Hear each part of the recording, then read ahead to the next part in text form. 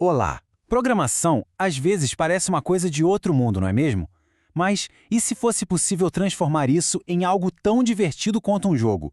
Hoje, a gente vai mergulhar num livro que faz exatamente isso. Ele pega aquelas linhas de código e transforma numa aventura criativa de verdade. E não é só para crianças, não, hein? É para qualquer pessoa que queira começar. Sabe, existe essa ideia de que, para programar, a pessoa precisa ser um gênio, quase um mago da tecnologia. Aquelas telas cheias de símbolos e palavras estranhas podem assustar qualquer um, certo? E vamos combinar, olhar para um código pela primeira vez é bem isso mesmo. Parece um nó impossível de desatar, um verdadeiro emaranhado. Mas a boa notícia é que existe um jeito de transformar essa confusão toda em algo claro, lógico e, principalmente, criativo. Porque a verdade é que essa visão de que é só para gênios, ela está incompleta. Como o autor do livro que a gente está vendo hoje, Jason R. Briggs, nos lembra, programar não é só sobre lógica pura, é sobre criatividade.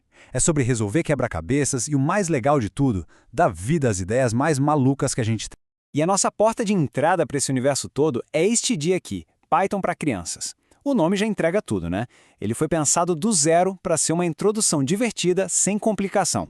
E olha só que bacana a equipe por trás da obra. Além do autor e do ilustrador, o revisor técnico foi um garoto de 15 anos, o Josh Pollock. Isso por si só já diz muito. Se um adolescente conseguiu entender e revisar o material, é porque ele foi feito para ser acessível de verdade.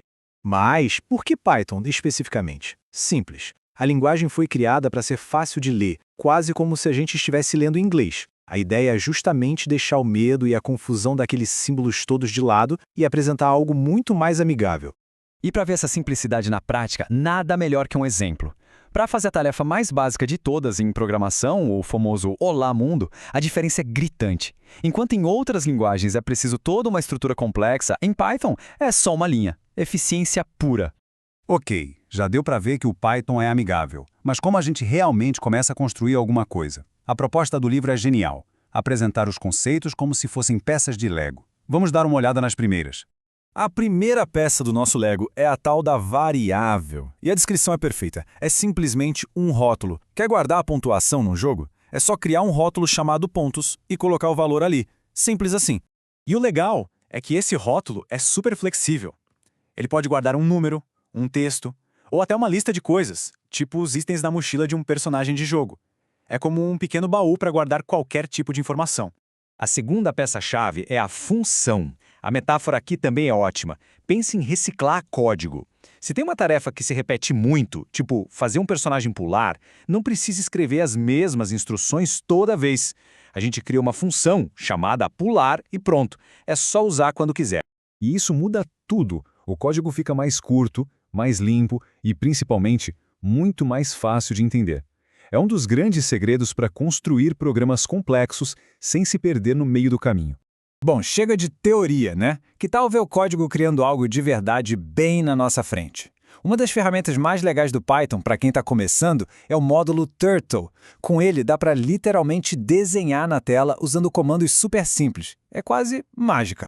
E olha como os comandos são intuitivos. Eles são basicamente em inglês. A gente fala, importe a tartaruga, crie uma caneta, vá para frente e vire à esquerda. Com só 4 passinhos, já estamos dando ordens diretas para o computador. E pronto, com aqueles 4 comandos, uma linha aparece na tela. É nesse momento que a ficha cai. O código deixa de ser algo abstrato e vira um resultado visual, uma coisa que a gente mesmo criou do zero.